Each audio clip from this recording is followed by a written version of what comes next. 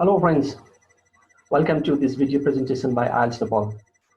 Please stay tuned till the end of this video because what I'm going to say today is going to be of prime importance for our Ielts students. Hello friends, how are you doing? Are you one of those who are preparing for Ielts in the near future?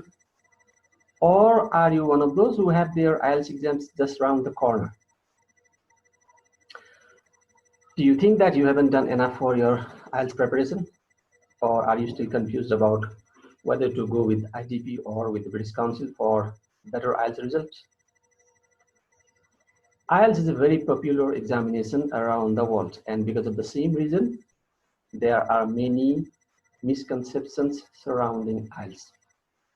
And in today's video, I'm going to talk about 5 such misconceptions and the reality surrounding them. Shall we discuss now? So friends, let me start with a very basic piece of information about Ielts.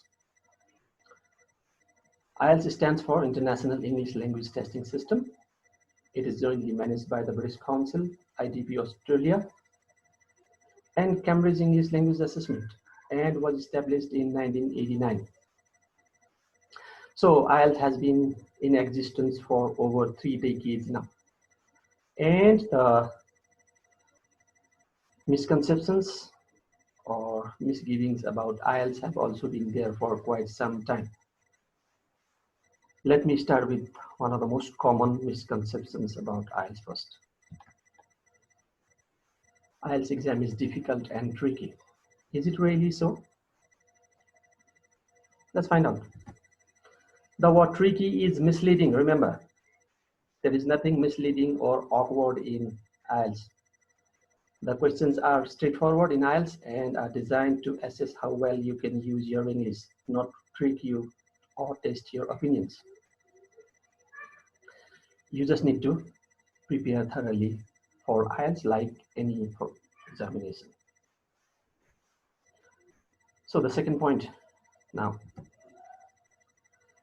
Test by IDP is easier than by British Council or vice versa. Most of you might have been advised by your friends and relatives to go with British Council, while some others might have been advised to go with the IDP because they think that IDP is easier, or some others think that British Council is easier. What's the reality? The assessment of your papers or your performance is the same whichever you go with. All examiners on our Ielts, both in IDP and British Council, are trained the same way and follow the same guidelines and rubrics. British Council and IDP are there just to conduct your examinations. The test takers therefore should be more focused on their preparation and their performance than any other trivial issue. There should be no doubt whatsoever about IDP or British Council. All right. What's the third point for discussion today? Non-native speakers cannot score 9 in Ielts. Most of my students often come to me and ask me if they can ever score 9, or if there is any chance they can score 9 in one shot. I have a counter question for them.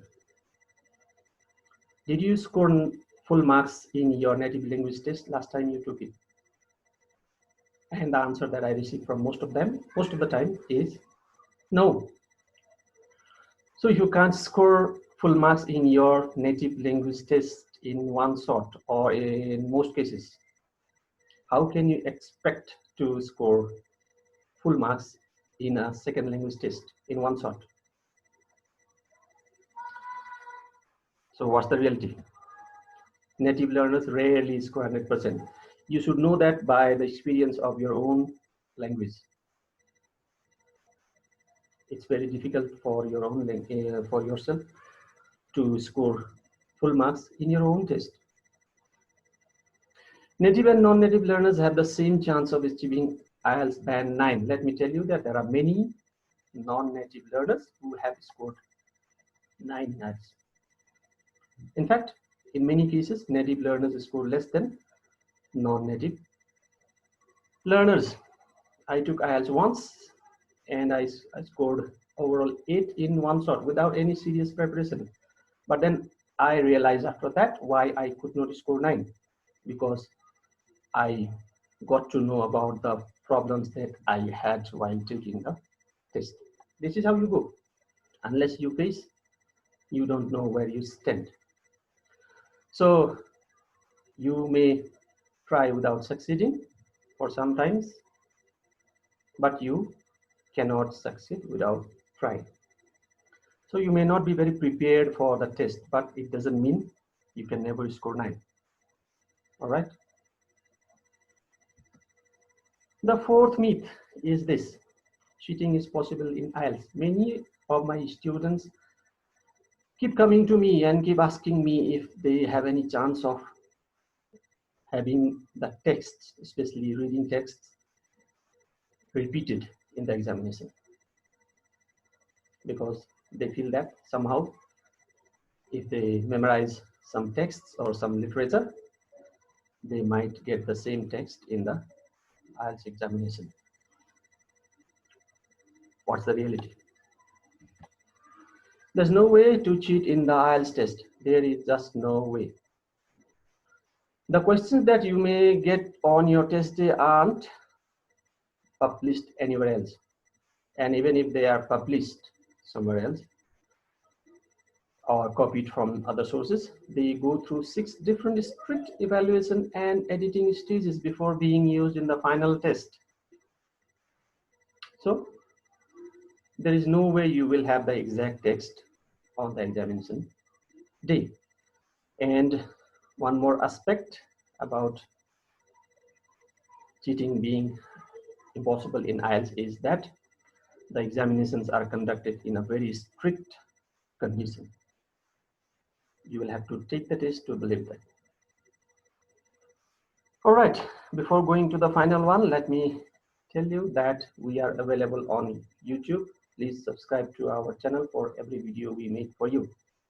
You can also write to us through ieltsmasternepal@gmail.com, and you have 3 other means by which you can contact us: by way of our Facebook page or by using our WhatsApp or Viber numbers. Do give us a call. Do remain in touch with us. We will be glad to help you in any way possible. Thank you very much. What's the final myth then? Asking the examiner to repeat the question in the speaking part will affect IELTS score. This is one of the most common misconceptions students have about the speaking part of the IELTS test. So will it really matter? Will it really affect your score if you keep the examiner busy repeating the question? Not at all. Not at all. Why? Because IELTS speaking test is a speaking test, not a listening test. You simply do not lose score for not hearing correctly. This is not a hearing test. You lose your score for not hearing correctly in the listening test only. In speaking, you lose score for not speaking correctly though. So if you have any doubt about any question at any part during the speaking test, you should better make it clear with the examiner what that means before you answer the question. How can you answer correctly if you do not hear or understand the question? It's as simple as that. I have a word of caution though. Don't keep doing that every single time for every question. You should not look like you are doing that just to think of a better answer or to buy your time. That will leave a bad impression about you with the examiner.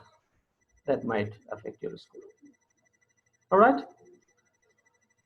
Okay, before I wrap up today's discussion, let me tell you that there are quite a few useful websites for IELTS.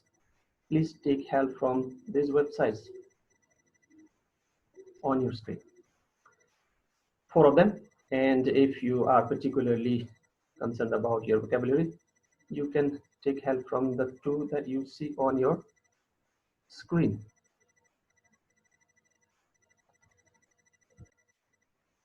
So friends, everything needs to begin in the right perspective, and IELTS is no different. If you have the right mindset, you begin things well, and we all know well begun is half done. If you still have some more confusions or some more misgivings about IELTS, do let me know. Write to me or call me. I will try my best to dispel all your doubts and help you prepare better for your IELTS examination. This is RP Sharma. I will be coming with more stuff in my subsequent videos. I would like to thank you very much for joining me for this time. See you.